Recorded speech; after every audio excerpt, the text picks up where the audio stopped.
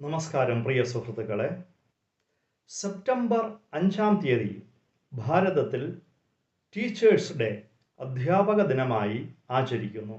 ഇന്ത്യയുടെ മുൻ രാഷ്ട്രപതിയും വാഗ്മിയും പ്രശസ്ത സാഹിത്യകാരനുമായ ഡോക്ടർ സർവേപ്പള്ളി രാധാകൃഷ്ണൻ്റെ ജന്മദിനമാണ് ഭാരതത്തിൽ ടീച്ചേഴ്സ് ഡേ ആയി ആചരിക്കുന്നത്. അദ്ദേഹം നല്ലൊരു അധ്യാപകനും ആയിരുന്നു എന്നതുകൊണ്ട് തന്നെ അദ്ദേഹത്തിൻ്റെ ജന്മദിനം അധ്യാപക ദിനമായി ആചരിക്കുന്നത് ഏറ്റവും ഉത്തമമായ ഒരു കാര്യമാണ്. ഭാരത പൈതൃകത്തിൽ മാത്രമല്ല, ലോകമെമ്പാടുമുള്ള ജനങ്ങളുടെ കാഴ്ചപ്പാടിൽ ഒരു അധ്യാപകന് ഉള്ള സ്ഥാനം വളരെ വലുതാണ്. മറ്റ് ഏതൊരു സേവനത്തെക്കാളും അധ്യാപക സേവനം വിലമതിക്കാൻ പറ്റാത്ത സേവനമാണ്. പ്രാചീന ഹിന്ദി കവിയായ കബീർദാസ് തൻ്റെ ദോഹയിൽ, തൻ്റെ ഈരടിയിൽ ഇപ്രകാരം പറഞ്ഞിട്ടുണ്ട്: ഗുരു ഗോവിന്ദ് ദോവു ഖഡെ കാകെ ലഗൂം പായി, ബലിഹാരി ഗുരു ആപ്നെ ഗോവിന്ദ് ദിഖോ ബദായ. എന്ന് പറഞ്ഞാൽ, ഒരു ദിവസം എൻ്റെ ഗുരുവും ഈശ്വരനും ഒരുമിച്ച് എൻ്റെ മുമ്പിൽ പ്രത്യക്ഷപ്പെട്ടാൽ ഞാൻ ആദ്യം ആരെ വണങ്ങും? സംശയമേ വേണ്ട, ഞാൻ എൻ്റെ ഗുരുവിനെ തന്നെയാകും ആദ്യം വണങ്ങുക. കാരണം എനിക്ക് ഈശ്വരനെ കാണിച്ചു തന്നത് ആ ഗുരുവാണ്. ഈ ഈരടി ദൈവത്തിൻ്റെ പ്രാധാന്യത്തെ കുറച്ച് കാണിക്കുന്നതിന് വേണ്ടിയുള്ളതല്ല, പകരം ഒരു ഗുരുവിൻ്റെ മഹത്വം വെളിപ്പെടുത്തുന്നതിന് വേണ്ടിയുള്ളതാണ്. നാം പറയാറുണ്ടല്ലോ, മാതാ പിതാ ഗുരു ദൈവം എന്ന്.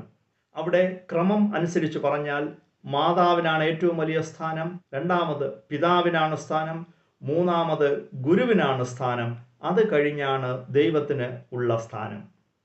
ഇവിടെയും ദൈവത്തിൻ്റെ പ്രാധാന്യം കുറച്ച് കാണിക്കുക എന്നുള്ളതല്ല, ദൈവത്തെക്കാൾ പ്രാധാന്യം ഗുരുവിനുണ്ടെന്ന് സമർത്ഥിക്കുന്നതിന് വേണ്ടിയാണ് ഈ ക്രമം പ്രതിപാദിച്ചിരിക്കുന്നത്. ആദി ശങ്കരാചാര്യർ ഇപ്രകാരം എഴുതിയിട്ടുണ്ട്: ഗുരുർ ബ്രഹ്മോ ഗുരുർ വിഷ്ണു ഗുരുർ ദേവോ മഹേശ്വര ഗുരുർ സാക്ഷാത് പരബ്രഹ്മം തസ്മൈ ഗുരുവൈ നമഃ. ഗുരു അഥവാ അധ്യാപകൻ ബ്രഹ്മമാണ്, വിഷ്ണുവാണ്, മഹേശ്വരനാണ്. ഗുരു സാക്ഷാത് പരബ്രഹ്മമാണ്. അങ്ങനെയുള്ള ഗുരുവിനെ ഞാൻ വണങ്ങുന്നു. ഈ ശ്ലോകം നമ്മൾ അപഗ്രഥിച്ചാൽ അധ്യാപകന്റെ സ്ഥാനം എന്തുമാത്രം വലുതാണെന്ന് മനസ്സിലാകും. ഇവിടെ ഗുരു എന്ന വാക്കിന് ഒരു പ്രത്യേക അർത്ഥമുണ്ട്. 2 അക്ഷര വാക്കുകൾ ചേർന്നാണ് ഗുരു എന്ന വാക്ക് ഉണ്ടായിട്ടുള്ളത്. ഗു എന്നാൽ അന്ധകാരം, രു എന്നാൽ പ്രകാശം. അന്ധകാരത്തിൽ നിന്ന് പ്രകാശത്തിലേക്ക് നയിക്കുന്ന, നമ്മുടെ മനസ്സിലെ അന്ധകാരം മാറ്റി പകരം പ്രകാശം സൃഷ്ടിക്കുന്ന ഒരു വ്യക്തിയാണ് ഗുരു. മഹാഭാരതത്തിലെ വനപർവത്തിൽ 214 അധ്യായത്തിൽ അതിൻ്റെ 27 ശ്ലോകത്തിൽ യുധിഷ്ഠിരനും യക്ഷനുമായിട്ടുള്ള ഒരു സംവാദം നമുക്ക് കാണാൻ സാധിക്കും. അവിടെ യഥാർത്ഥത്തിൽ ധാരാളം ചോദ്യങ്ങൾ യക്ഷൻ യുധിഷ്ഠിരനോട് ചോദിക്കുന്നുണ്ട്. അതിന് അനുയോജ്യമായ മറുപടി യുധിഷ്ഠിരൻ യക്ഷന് നൽകുകയും ചെയ്യുന്നുണ്ട്. അതിൽ പ്രധാനമായിട്ടുള്ള ഒരു ചോദ്യം, ആരാണ് ഗുരു? യക്ഷന്റെ ചോദ്യത്തിന് യുധിഷ്ഠിരൻ പറയുന്ന ഒരു മറുപടിയുണ്ട്: ഗുരുക്കന്മാർ 5 പേരാണ്.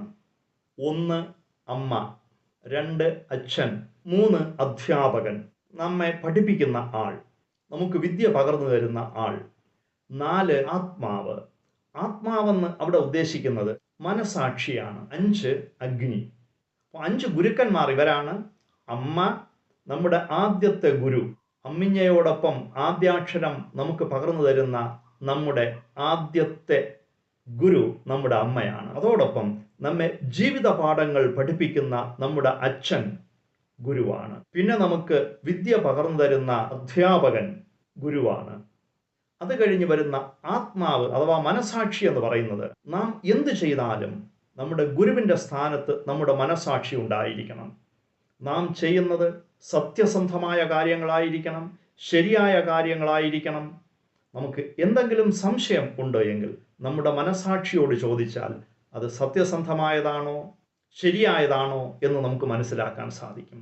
അതായത് നമ്മുടെ മനസാക്ഷിയും നമ്മുടെ ഗുരുവാണ്. പിന്നെ വരുന്നത് അഗ്നിയാണ്. അഗ്നിയെക്കുറിച്ച് പറഞ്ഞാൽ വളരെ പ്രധാനപ്പെട്ട ഒരു കാര്യം, പഞ്ചഭൂതങ്ങളിൽ ഒന്നാണ് അഗ്നി. പക്ഷേ ജലം, വായു തുടങ്ങിയ മറ്റ് പഞ്ചഭൂതങ്ങൾക്കില്ലാത്ത ഒരു പ്രത്യേകത അഗ്നിക്കുണ്ട്.